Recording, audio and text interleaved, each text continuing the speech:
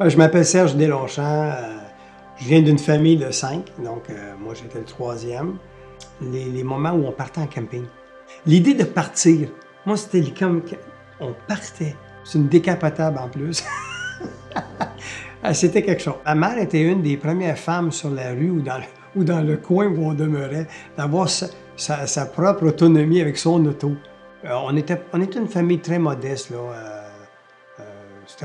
Les revenus rentraient uniquement par mon père, puis mon père travaillait beaucoup. En ce qui concerne mon adolescence, j'étais un petit peu différent de la famille, moi. J'étais plus artiste. C'était une époque, là, c'était une époque sombre, que je peux dire. 3 choses qui ont mis de la lumière à cette époque-là, c'était la musique. La deuxième chose, ma rencontre avec Diane, ça a été la lumière dans ma vie, ça, qui est aujourd'hui ma femme, d'ailleurs. Quand je l'ai vue pour la première fois, c'était ses yeux. Et quand j'ai vu ses yeux, je savais que c'était pour être ma femme. Et la troisième des choses, c'est dans le domaine spirituel. C'est vraiment le domaine spirituel qui a fait un changement énorme dans ma vie. Quand il y a eu cet éveil spirituel, j'ai commencé à aimer la connaissance. J'ai vraiment désiré connaître, apprendre. Et c'est là que le processus a commencé dans ma vie.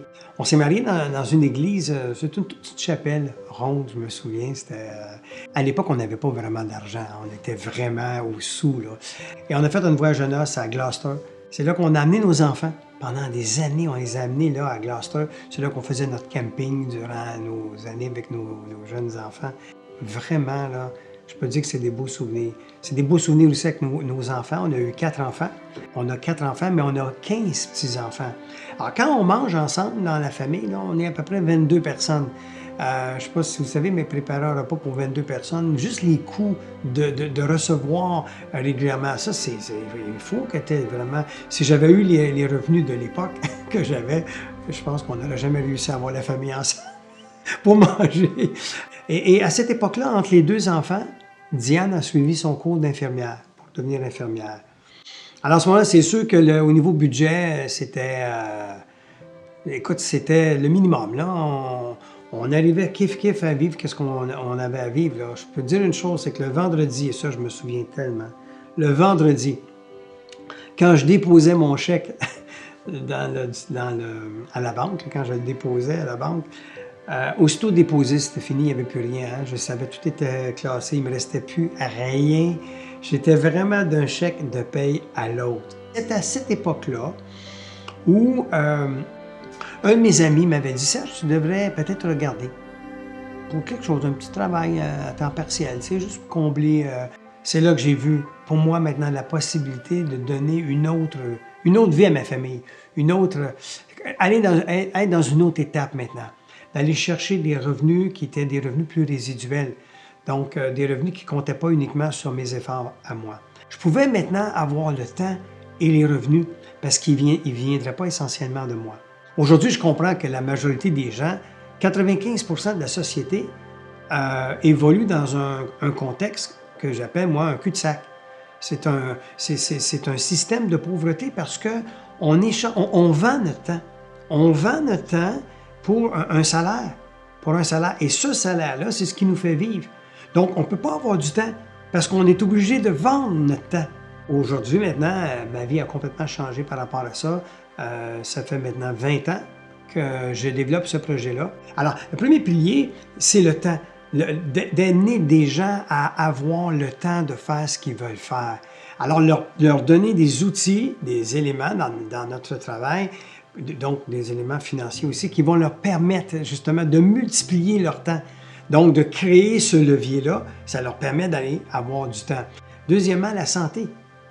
Si tu peux trouver un secteur pour faire ton activité professionnelle, aujourd'hui, un des secteurs les plus vivants, les plus demandants, les plus à jour, c'est le domaine de la santé. Alors, si on peut amener les gens à s'enrichir au niveau de la santé, wow, là, on vient de frapper vraiment dans le mille. Et troisièmement, bien, au niveau financier. C'est 3 choses, le temps, la santé et l'argent. C'est 3 choses que si tu n'as pas, si tu en manques ou s'il y a un déséquilibre, eh bien, tu ne peux pas faire ce que tu veux, ce que tu aimerais faire. La deuxième des choses qui m'enthousiasme beaucoup, qui me stimule, c'est la vie que ça nous procure. Bien sûr, ça touche notre style de vie. On n'a plus la vie qu'on avait avant.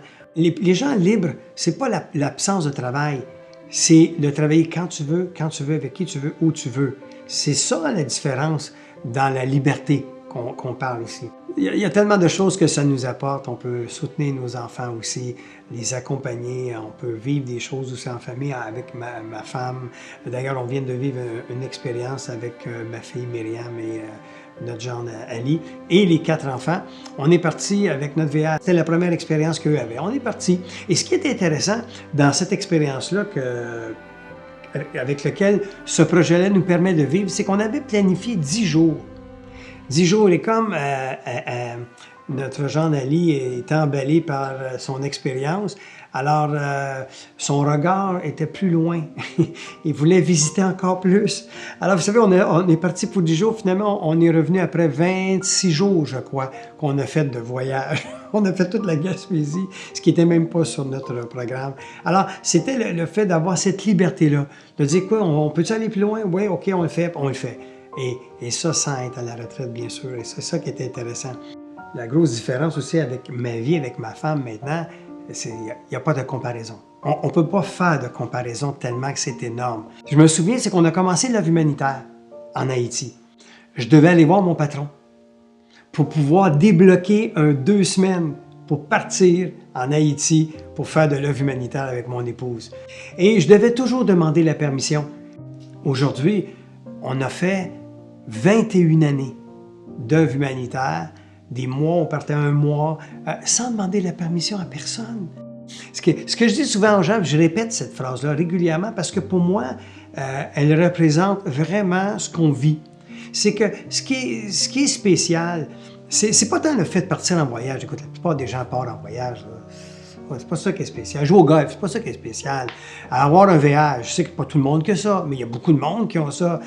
Partir en voyage puis étaler ça sur plusieurs jours, tout le monde peut faire ça. Ce qui est fantastique, génial là-dedans, c'est de pouvoir le faire sans demander la permission à personne.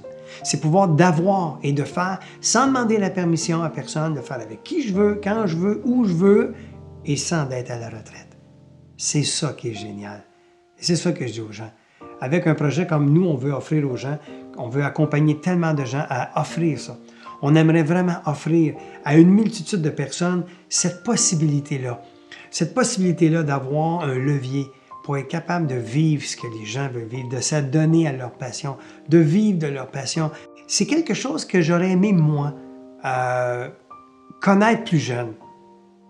J'aurais aimé ça connaître ça plus jeune. J'aurais aimé ça qu'on me dise, étant plus jeune, que ce serait possible, que j'aurais pu travailler à mes rêves, que j'aurais pu bâtir ça beaucoup plus jeune, puis de vivre cette liberté-là, mais je ne savais pas que c'était possible.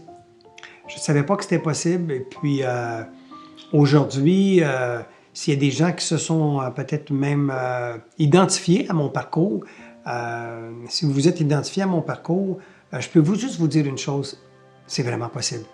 C'est vraiment possible. Et moi, mon objectif, mon but, à quoi je me consacre, c'est à rendre ça possible à toute personne qui aimerait découvrir justement cette avenue-là, de pouvoir se prendre en main par rapport à ça et de retrouver pleinement cette richesse d'avoir mon temps, pleinement ma santé et les revenus que je veux, moi, décider avoir. Alors, j'aurais aimé ça. Honnêtement, j'aurais aimé ça qu'on me parle de ça, qu'on me dise « Hey Serge, c'est possible, tu peux le faire, c'est possible. » Et moi, je peux te dire ça, c'est possible, vous pouvez le faire. Il n'y a aucun problème aujourd'hui, vous pouvez le faire.